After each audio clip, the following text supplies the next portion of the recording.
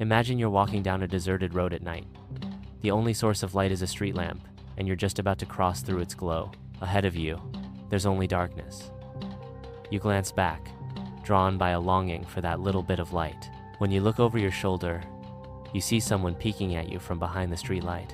You can't tell if it's a man or a woman, a human or something else. All you know is that whatever it is, it's not alive.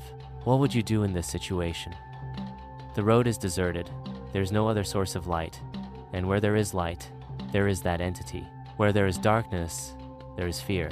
Where would you go? I'm telling you this because some prisoners in a UK prison found themselves in a situation exactly like this. The prison is called Shepton Mallet Prison, reportedly one of the most haunted in the world. It's said that when inmates learn they're being sent there, they're terrified, sometimes even to the point of a heart attack. Imagine what must go on in such a prison. Recently, I heard the story of a prisoner named Thomas. This isn't just a story, it's a horror story. It scared me, and it might scare you too. Before I begin, if you like mysterious, horror, or historical stories, consider subscribing to this channel. The story begins in 1625, when the prison was built. The idea was to reform people, especially minor offenders and juveniles, to help them change their lives. But as time passed, the incidents at the prison changed. Violence and suicides increased. As you know, where there's bloodshed and suicide, spirits linger, and that's exactly what happened here. There was an officer named Thomas, accused of leaking important departmental information. For this, he was sent to this prison. Officially, the prison didn't have a terrifying reputation, but the locals knew it was different. When Thomas arrived, everything seemed normal at first. The jailer checked which cell he'd be assigned to, and Thomas noticed the jailer looked uneasy. When Thomas asked about it, the jailer rudely ignored him. Thomas decided not to push, not wanting to get in trouble on his first day. He was assigned to cell C.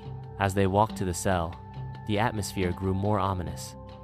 The corridor smelled bad, and the cell looked neglected compared to the others. When the jailer tried to open the door, it creaked loudly, and Thomas could hear screams from inside. The cell had clearly been unused for years. Once inside, Thomas noticed he was alone, but then he heard whispering behind him. He turned, but no one was there. Looking outside, he saw another prisoner and asked how long he'd been there. The prisoner replied, "So long that I only remember my inmate number, not my name." Thomas found this strange, but asked what the number was.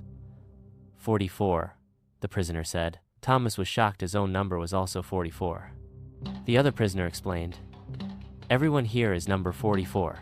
Looking around, Thomas saw that every cell was occupied by prisoners with burned faces, deep wounds, and battered appearances.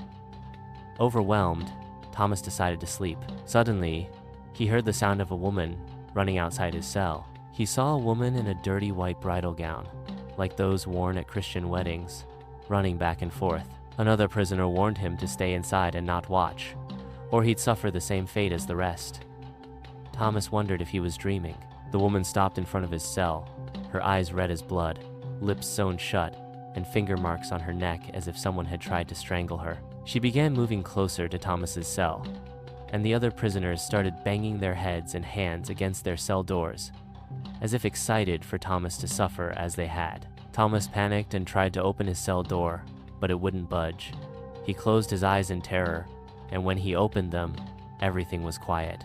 No prisoners, no bride, just silence and a bit of moonlight streaming through a small window. Under his bed, he found a diary. Every page said, "If you are inmate number 44, you're next." The entire diary was filled with this message. As Thomas read, he suddenly smelled a woman's perfume. He turned and saw a stunningly beautiful woman in his cell. She asked if he liked her. He nodded. She asked if he wanted to be with her forever. He nodded again. She handed him a knife and told him to stab himself in the chest so they could be together forever. Thomas, hypnotized, picked up the knife and was about to stab himself when he snapped out of it, threw the knife down, and started screaming. He realized the beautiful woman was the same terrifying bride he'd seen earlier.